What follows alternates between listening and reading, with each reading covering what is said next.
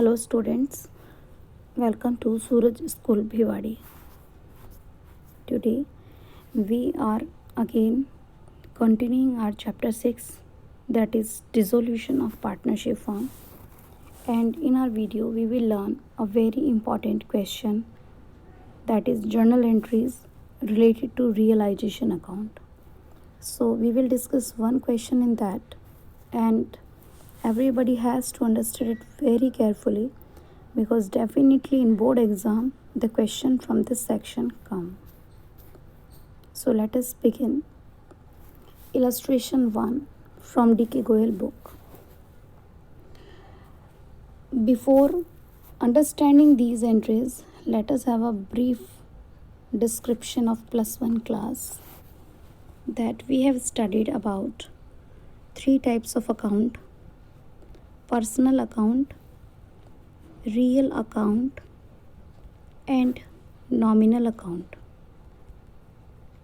So in this section, cash account will come, that is a real account.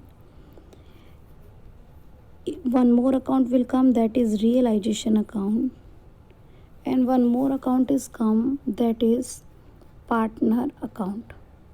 So students, partner account will be the personal account, cash account is real account, and realization account is a nominal account. Fine. So be remember that realization expenses we are talking about. इस video में हम realisation expenses की बात कर रहे हैं और realisation account nominal account है, तो ऑलवेज जब भी फर्म के खर्चों की बात आएगी तो रियलाइजेशन अकाउंट डेबिट ही होगा.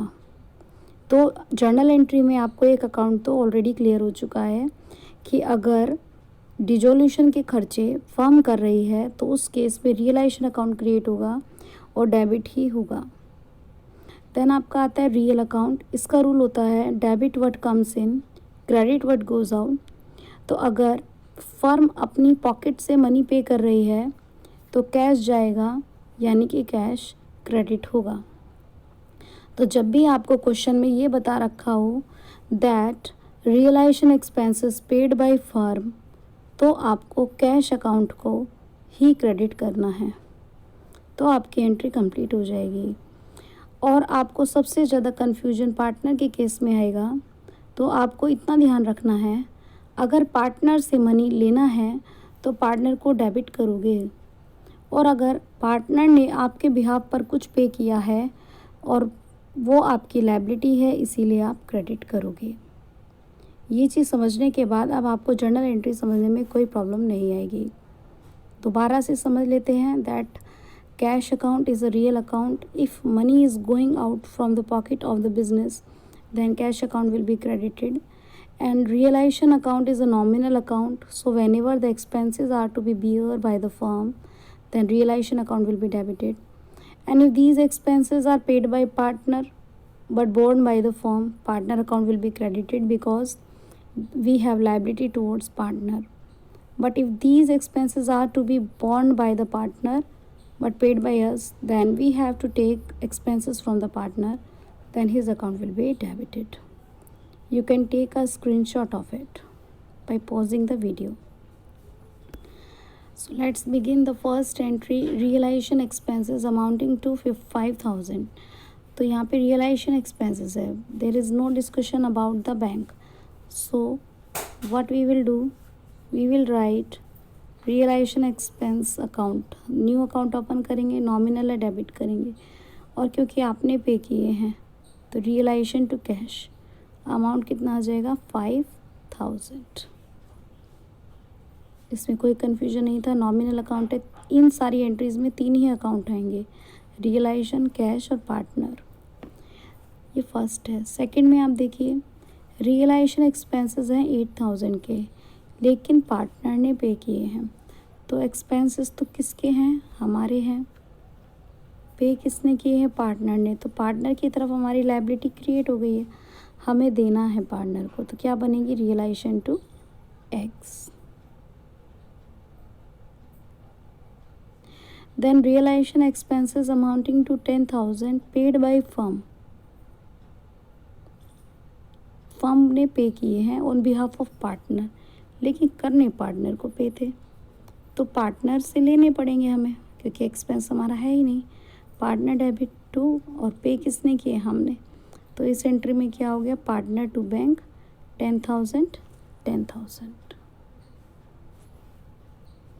देन आपका आता है realisation expenses amounting to 15,000। Mister X has to bear the expense. Realisation expense 15 के हैं, लेकिन एक्स को बियर करने हैं।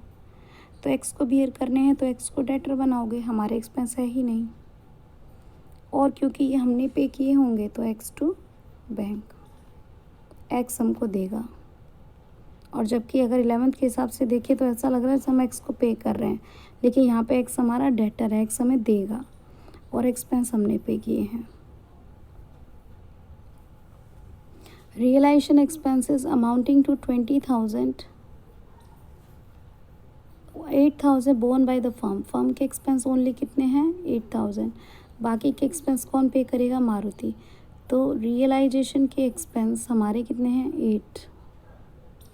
हम मारुति से कितना लेंगे, 12, और पे कितना कर देंगे, 20,000। मारुति से हम 12 ले लेंगे और हमारा एक्सपेंडिचर 8,000 है। देन आपका आता है रियलाइजेशन या डिसोल्यूशन एक्सपेंस, एक ही बात होते हैं। ये 20,000 के हैं, 8,000 फर्म को बियर करने हैं और बाकी मारुति को, और सारे एक्सपेंस मारुति ने दिए हैं। अब सारे एक्सपेंस अगर मारुति ने दिए हैं, लेकिन मारुति को तो केवल कितने देने थे, 12, तो अब हम मारुति को 8,000 देंगे। तो हमारी मारुति की तरफ लायबिलिटी बन जाती है 8,000 रुपीज़ की, और रियलाइजेशन एक्सपेंस कितने से आ जाएगा, 8,000 रुपीज़ से डेबिट हो जाएगा। ये आपका है 6th।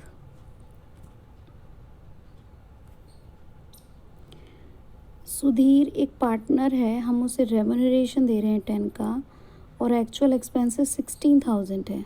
एक्चुअल एक्सपेंसेस 16,000 है, ठीक है। तो भी हम उसे कितना ही देंगे, 10 ही देंगे, क्योंकि जितना हमने उसको अपॉइंट किया है। तो हमारे रियलाइजेशन के एक्सपेंसेस कितने होंगे, 10,000, और हमने उसका रेम्यूनरेशन कितना फिक्स किया है सुधीर का, 10,000। 16 की हम बात नहीं करेंगे। This is your 7th। हमेशा ध्यान रखना, कम होगा तो भी, ज़्यादा होगा तो भी, हम जितना रेम्यूनरेशन फिक्स हुआ है उतना ही लेंगे। विजय एक पार्टनर है, उसने रियलाइजेशन एक्सपेंसेस पे किए हैं 10, और उसी को ही बियर करने थे। तो हमारे लिए तो कोई एक्सपेंडिचर है नहीं, तो हम इसके लिए कोई एंट्री नहीं करेंगे। आप स्क्रीनशॉट ले सकते हैं वीडियो को पॉज करके।